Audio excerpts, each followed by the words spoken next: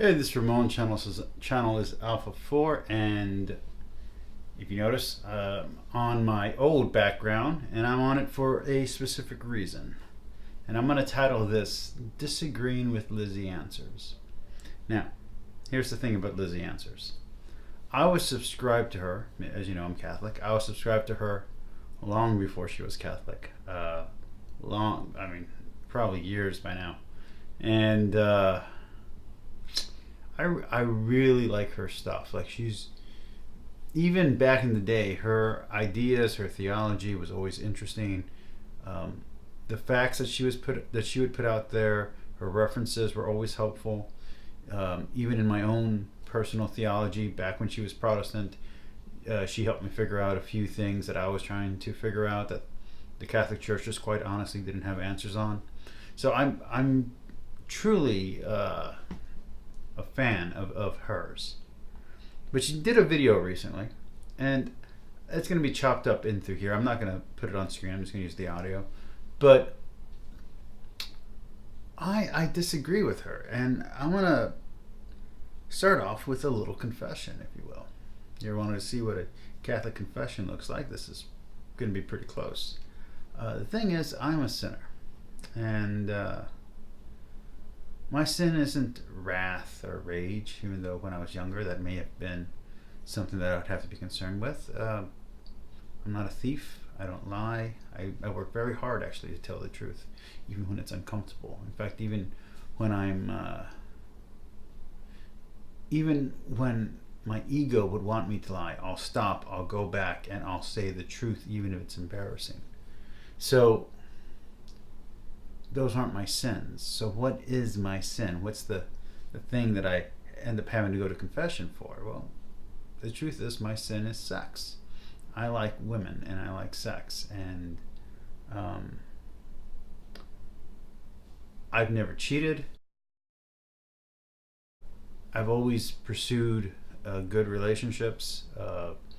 My longest relationships last about 3 to 5 years. My shortest relationships sometimes last about 6 months. You know, sex is sex, and Catholic Church only wants you to have sex in marriage, which I'm not married. So, why am I saying that? Why am I even bringing this up? Well, Lizzie Answers did a video dealing specifically with sex and with the Catholic Church's teachings on moral ethics, moral sexual ethics. And while I agreed with most of it, there was one point that she hit that I just couldn't get behind. So let's dive into it. Let's see what she had to say. And I'm going to be cutting around. There's going to be just a little bit of her audio, and you'll be able to see my beautiful reactions on my face. Okay, so let's jump in. I realize I'm going to make everyone hate me by making this video, but these are 10 lies that Western culture, parts of Christian culture, evangelicals, millennials believe about sex. It's like, this is between them and God. It's not our job to judge these people. So this is just presenting Christian sexual ethics. I am Christian, I'm Catholic, so if you are not Catholic or not Christian, you probably have completely different sexual ethics than me. So, Christian and Catholic sexual ethics are not exactly the same thing, because most people, when they say Christian, they mean Protestant. So what are Christian sexual ethics, and what's the difference between the Protestant and Catholic point of view? Very simply, the Christian ethic is that sex belongs within a marriage. That's the Christian sexual ethic. And more specifically, that the purpose of sex is procreation, to be fruitful and multiply. So that sounds pretty generic, pretty Christian, pretty religious in almost all religions. So what's the difference then between the Protestant and the Catholic? Oh, it's really simple. Catholics view condoms as a sin. Now, just to be clear, that's not exactly dogma. It's very high doctrine. It's almost dogma. It's like right before, but it's not quite. It's basically canon law. It's like right there, but it's a little bit under. Jimmy Akin, I think, actually talked about it one time on Catholic Answers. He gave a really good explanation that I barely remember. But the other thing is that Catholics don't believe in divorce. So no divorce, no condoms. And that's the big difference between the Protestant ideas and the Catholic ideas. So those are your sexual ethics. So monogamy, sex and marriage. All right, so here's her first objection. Number one, sexuality and sex is a core part of actualizing yourself. The idea that you're not fully human, you're not fully yourself unless you explore your sexuality and have sex. This is especially true for males, where they're not fully a man, they're not true men or masculine unless they've lost their virginity. I have been celibate my entire life, never had an orgasm before, never had sex, and I actually find it really offensive and just objectively wrong to make an argument that I am not my full self, am not fully human, that I'm missing out on this super integral part of identity by choosing to stay abstinent unless I get married. Okay, so let's talk about sexuality in the church, and let's talk about celibacy. Celibacy is considered a sacrifice. In fact, it's considered a great sacrifice because humans are ordered toward sex, toward procreation. Her view that not having sex shouldn't be as big of an issue as it is slightly naive. Not because it should be a big deal. Anyone who's had sex knows it's great, but it's not great. It's, it's a pleasure. And once you get good at it, and once you've had enough of it, it's a muscle. It's not something that is overpowerfully overwhelming. But at the beginning, when your hormones kick in, and if you're a guy, when you cry at night because you don't want to be alone, think about incels, if you will. When you're a woman and that biological clock starts ticking and you just want a baby, and let's say your whole life you identified with one type of sexuality, and then all of a sudden you have these urges that you don't know what to do with, it's really complicated and it's really powerful. It changes your hormones. It literally changes the way you think. So her idea here that being celibate is not a major sacrifice is just a little bit wrong. It's a huge sacrifice, and it is a sacrifice for a reason. That doesn't mean that you're incomplete or not human because you don't have sex. That's just foolish. She's completely right there. But she's wrong in thinking that it's not a great sacrifice. It's an immense sacrifice, and one that should be honored and one that should be protected. But it is a sacrifice, and it's also a passion, and it's painful for those who want to be sexual and cannot find that release, cannot find a person to be sexual with. It's painful for someone who suffers from loneliness. And many men have gotten married to women they don't love out of fear of loneliness, out of fear of never finding someone to be compatible with. So bad marriages also come from that, not just from what she's going to hit on later. All right, here's her next one. 2, sexual compatibility is impossible to know unless you have sex before marriage. This one I hate so much because the same culture that has given us this extremely high divorce rate is the same culture saying we need to test out sex before marriage. Your marriage won't be successful unless you have sex a ton, ensure you're sexually compatible before you get married. She clearly doesn't know what she's talking about here. Clearly.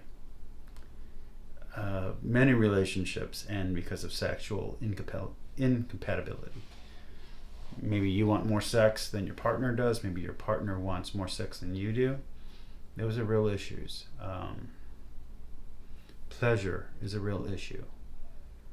when you've been in a relationship for longer than 2 years, if the other person is not giving you pleasure, you need alternatives to that pleasure. And being a pleasure-seeking being, it is a great, immense thing not to be getting the pleasure that you desire. Many women have become unfaithful because they do not get the desire that they want. Many men become unfaithful because the women do not want to give them their desire. Even in homosexual communities, the reason for cheating is rarely as simple as she will, I'm going to skip over this, but as simple as she's going to put it, it's not, the divorce rate isn't simply tied to sexuality the way that she's going to try to tie it. Again, it just shows her naivety in the subject. Even couples who wait until marriage to have sex do eventually need sexual counseling, do eventually need therapy, do eventually need to go through kind of relationship classes. And the church, the Catholic Church, offers these services for people who are married and are having trouble in the bedroom. This is a real problem, and it's to act as if it's not important is naive. Okay, I thought I was done with this topic, but she hit something else. So, which actually happens automatically without even having sex. So this happens for men and women, but especially for women, there are these things called pheromones, which are these undercover scent receptors. You have that rush, that attraction to them. It's pheromones. Most people in dating relationships make out with each other. Okay, so she's conflating two separate issues here and thinking that compatibility is simply attraction. Anyone who's been in a long-term relationship can tell you that sexuality is much deeper than just attraction.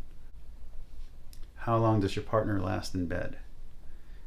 Is your partner comfortable with your sexuality? Does your partner enjoy you? There are so many issues. What are their limits? What are your limits? What rhythm do they enjoy? What sensation do they like? Where do they like to be touched? Are you okay with them touching you where they want to touch you? And I don't mean in like deep, deep sex. Maybe there's like a little spot right here that they just have to kiss for them to get turned on. But you tickle right there. And when they try to kiss you, you can't stop laughing and it's not enjoyable for you. It actually takes you out of the mood. Or let's say you're a deep thinker and you can't clear your head to have sex. These are major sexual compatibility issues. What if you're kinky and they're not? What if they like rough and tumble play before you can have action? What if they want to work out before you have sex? What if you need to be clean and showered before you have sex, but they need to have just exercise before they have sex? These are sexual compatible issues as well. Do they like oral and maybe you don't? Maybe they like giving oral and you don't like receiving. There is so much more to sexual compatibility than simple attraction, than pheromones. You're just wrong on this one too. And it's too bad because from being a virgin, from being pre-sexual, I can see how even as an adult you would view sexual attraction as these chemicals. But the chemical attraction is just the beginning of sexual compatibility. It's not, doesn't even come close to when you're actually together. Okay, so my back was hurting, so I had to change positions. In fact, I'm supposed to be running right now, but I want to do a little bit more of this video. So you might see a few of my rooms as I hop around throughout the day. But she hits on another thing that I hear what she has to say right now, and then I want you to really think about what I'm going to say afterwards. It's because you're not sexually compatible. I think that underlies a deeper problem in your relationship where you're not really excited to make the other person happy and to become so united and close to each other through having sex. I don't think the issue is not being sexually compatible. Okay, so Lizzie, what about impotence. Some men just can't get it up. What about a woman who's been through sexual trauma and is uncomfortable having sex, but she still wants to be with her husband or her girlfriend or whatever? What about cramps? You don't have to get dramatic. What about cramps? What if you suffer from leg cramps or belly cramps? What if you're diabetic? There are a million things that can affect sexual compatibility that has nothing to do with attraction. Let's hit the next topic.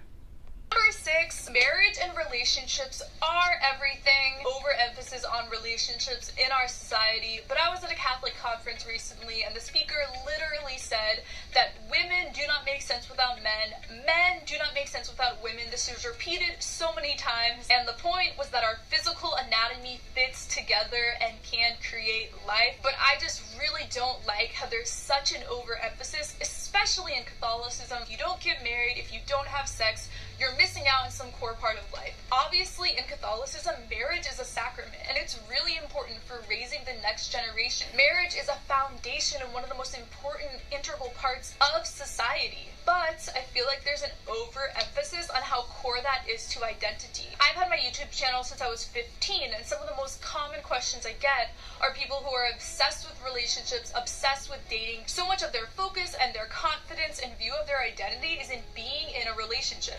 Okay, so I'm going to cut her off there. As you notice, I am not going through all of her topics. If you want to see all of her topics, watch her video. It's a very good video. All her videos are good. But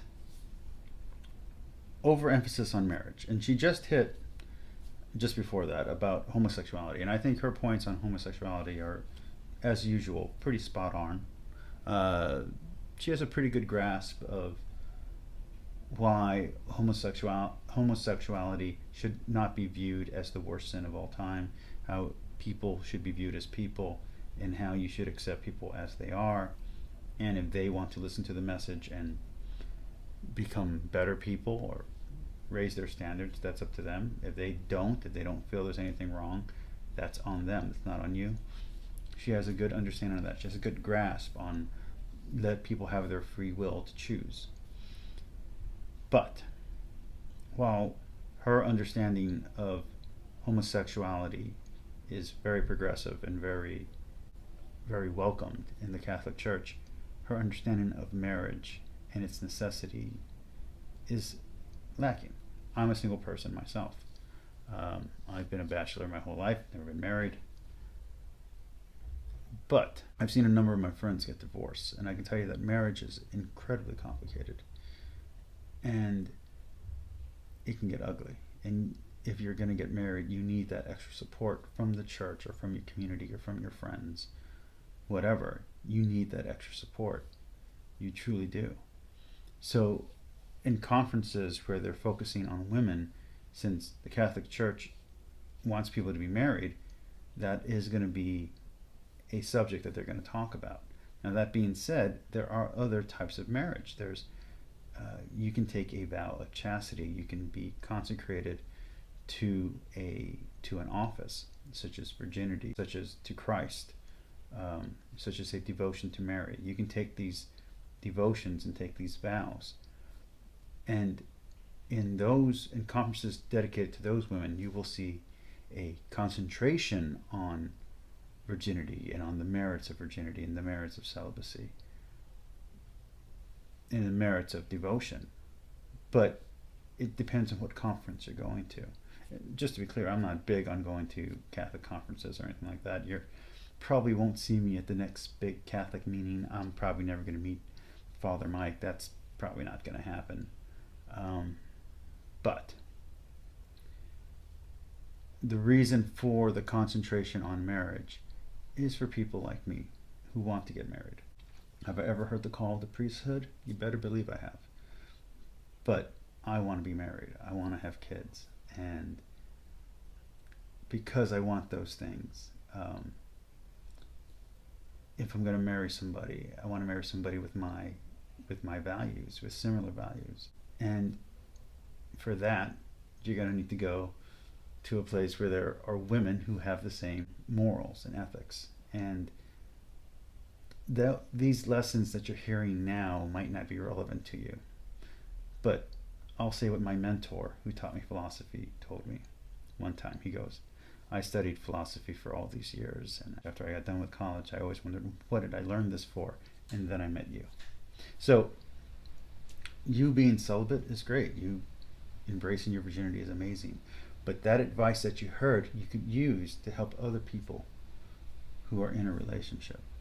That advice that you heard when you get married, if you decide to get married and if you decide to have a sexual relationship with your husband, because you could always live as brother and sister, you could choose not to have a sexual marriage, but let's say you do. This advice that you're hearing now will be useful to you then, possibly. That's what it's there for. Here she hits another point that she gets slightly wrong. How every sexual act must be unitive for the married couple and open to life. But a lot of people who don't think like this literally do not believe that procreation ever has to be a part of sex or is a core part of sex, which is so bizarre because biologically, one of the main purposes of sex is to have children. And I made an entire video on why I will never use birth control even once I get married and why the Catholic Church teaches that. So let's talk about condoms.